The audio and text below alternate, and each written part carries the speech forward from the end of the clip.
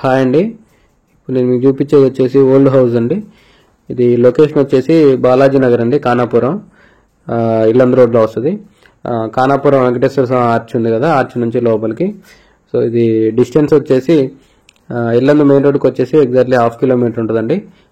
ఖమ్మం కొత్త బస్ స్టాండ్కి వచ్చేసి 2.5 కిలోమీటర్స్ ఉంటుందండి. సో ఇది పడమర ఫేసింగ్ ఇల్లు అండి. ఓల్డ్ హౌస్, ఇల్లు అయితే పనికిరాదు. సో ప్లేస్కే వాల్యూ అండి. ప్రజెంట్ అయితే 3000 రెంట్ వస్తుందండి ఇంటికి.